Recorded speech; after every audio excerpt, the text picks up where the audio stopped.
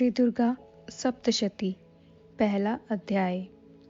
मेधा ऋषि का राजा सूरत और समाधि वैश्य को देवी भगवती की महिमा बताते हुए मधुकैटभ वध का प्रसंग सुनाना।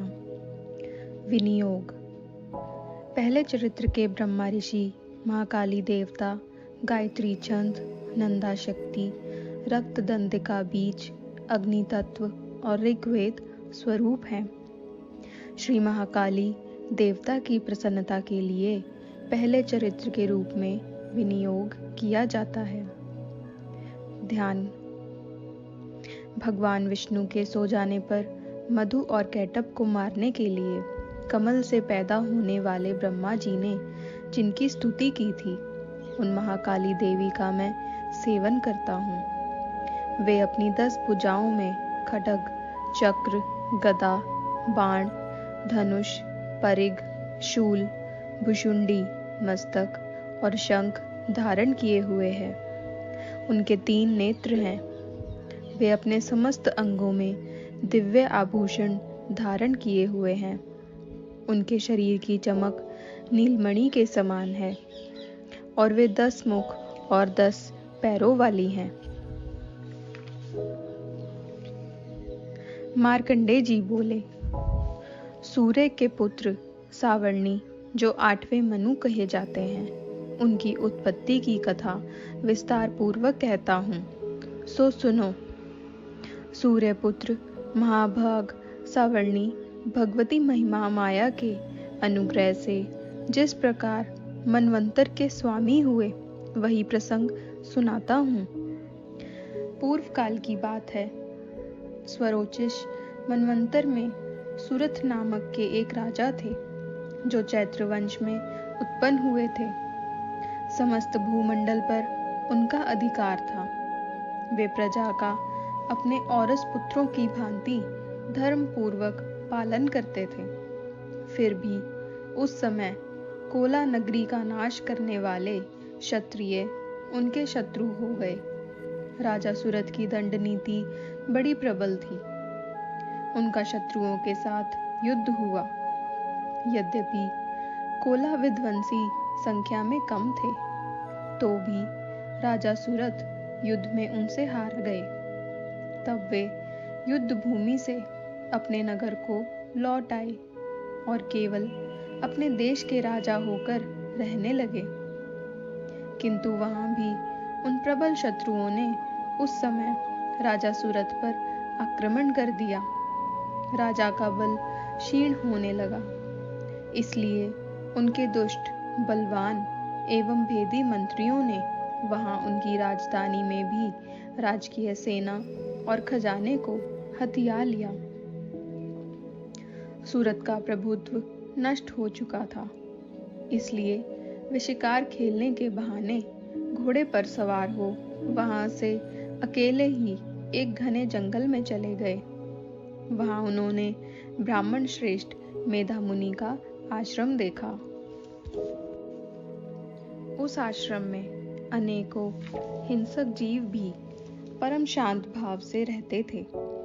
मुनि के बहुत से शिष्य उस वन की शोभा बढ़ा रहे थे। वहां जाने पर मुनि ने उनका आदर सत्कार किया और वे उन मुनि श्रेष्ठ के आश्रम में इधर उधर विचरते हुए कुछ काल तक वहां रहे।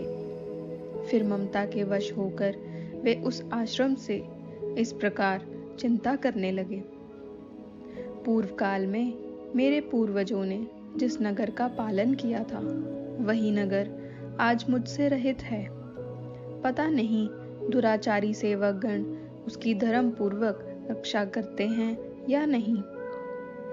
जो सदा मद की वर्षा करता था और अति बलवान था, वह मेरा प्रधान हाथी अब शत्रुओं के अधीन होकर न जाने कितने भोगों को भोगता होगा। जो लोग मेरी कृपा, धन और भोजन पाने से सदा मेरे पीछे चलते थे, वे निश्चय ही अब दूसरे राजाओं का अनुसरण करते होंगे।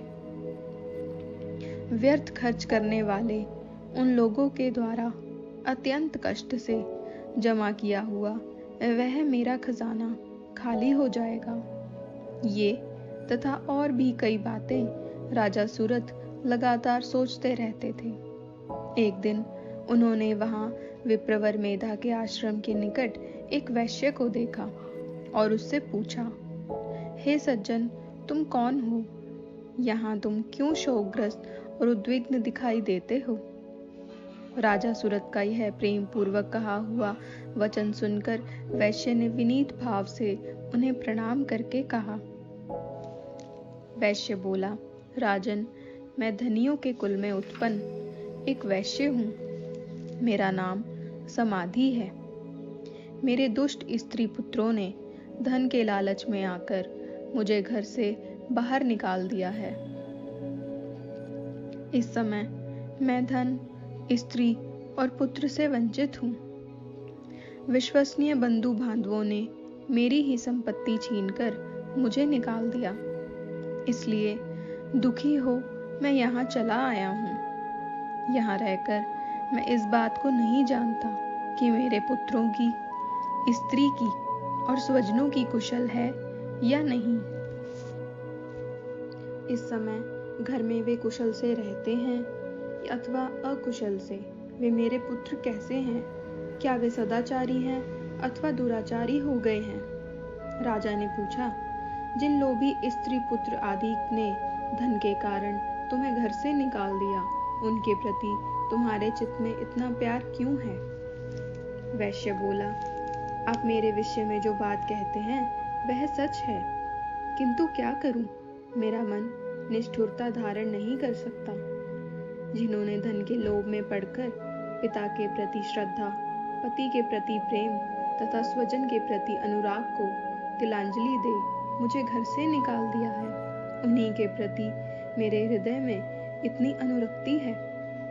हे महामते, गुणहीन बंधुओं के प्रति जो मेरा चित्त इस प्रकार प्रेम मग्न हो रहा है, यह क्या है? इस बात को मैं जानकर भी नहीं जान पाता। उनके लिए मैं लंबी सांसें ले रहा हूँ और मेरा मन अत्यंत दुखित हो रहा है। उन लोगों में प्रेम का सर्वथा अभाव है, तो भी उनके प्रति जो मेरा मन निष्ठुर नहीं हो पाता, इसके लिए क्या करूं? मार्कंडेय जी बोले, हे ब्राह्मण, तदनंतर राजाओं में श्रेष्ठ सूरत और वह समाधि नामक वैश्य दोनों साथ साथ मेधा मुनि की सेवा में उपस्थित हुए और उनके साथ यथा योग्य न्यायानुकूल विनयपूर्ण बर्ताव करके बैठ गए। इसके बाद वैश्य और राजा ने कुछ वार्तालाप आरंभ किया। राजा ने कहा, भगवन, मैं आपसे एक बात पूछना चाहता हूँ, उसे कृपा कर बताइए। मेरा चित्त अपने वश में नहीं है, इसलिए यह बात मेरे मन को बहुत दुखी करती है। मुनि श्रेष्ठ, जो राज्य मेरे हाथ से चला गया है, उसमें और उसके संपूर्ण विभागों में मेरी ममता बनी हुई है। यह जानते हुए कि वह अब मेरा नहीं है, अज्ञानी की भांति मुझे उसके लिए दुख होता है। इसका क्या कारण है? इधर यह वैश्य भी घर से अपमानित होकर आया है। इसके पुत्र, स्त्री और नौकरों ने इसको छोड़ दिया है।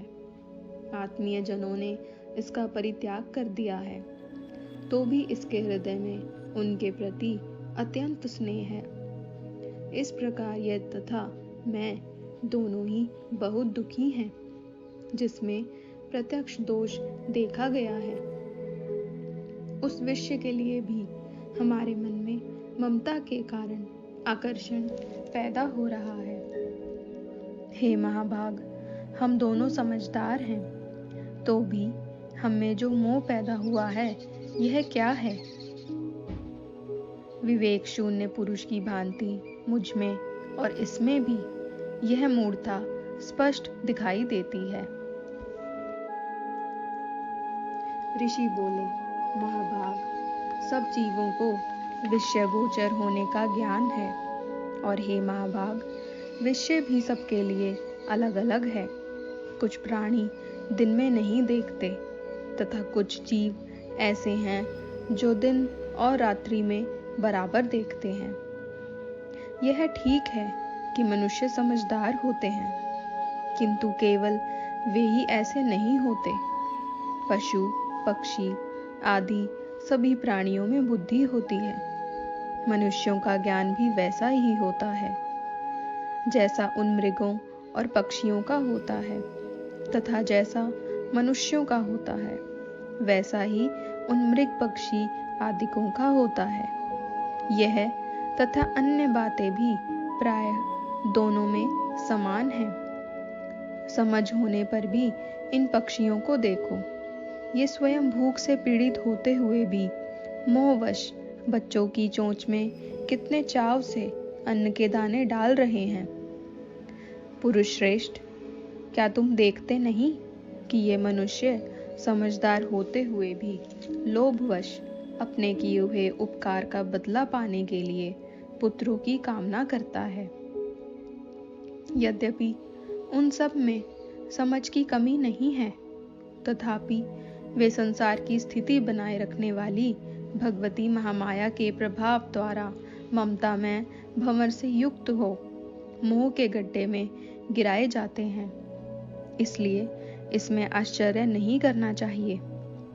जगदीश्वर भगवान विष्णु की योग निद्रा रूपी जो भगवती महामाया है, उन्हीं द्वारा यह जगत मोहित हो रहा है।